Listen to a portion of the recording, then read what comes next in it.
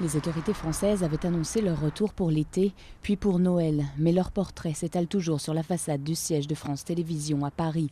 Cela fait 1 an que les journalistes Hervé Guéquer et Stéphane Taponnier et leurs 3 accompagnateurs sont otages en Afghanistan. 1 an d'une attente éprouvante pour les familles des 2 reporters. Jusqu'ici restés silencieux, les parents de Stéphane Taponnier dénoncent aujourd'hui le peu d'informations données par le Quai d'Orsay. Le Quai d'Orsay qui les a justement invités ce mardi à voir la vidéo reçue la semaine dernière par les services de renseignement français. Elle montrerait Hervé Guéquer et Stéphane Taponnier en relative bonne santé. Ils sont sereins, mais très amaigris. Voilà. Et ils aimeraient être libérés le plus rapidement possible. Mais c'est très court comme message.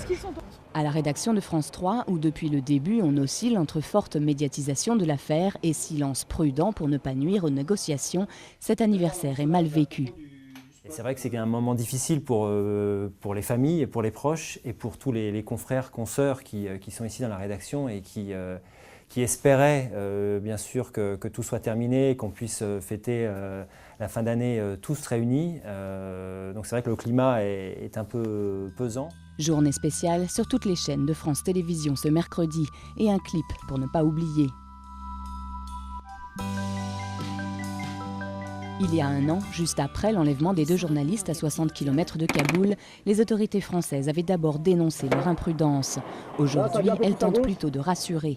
Alain Juppé, en visite à Kaboul dimanche, s'est dit confiant et fort du soutien complet du gouvernement afghan dans les négociations menées avec les ravisseurs des insurgés talibans.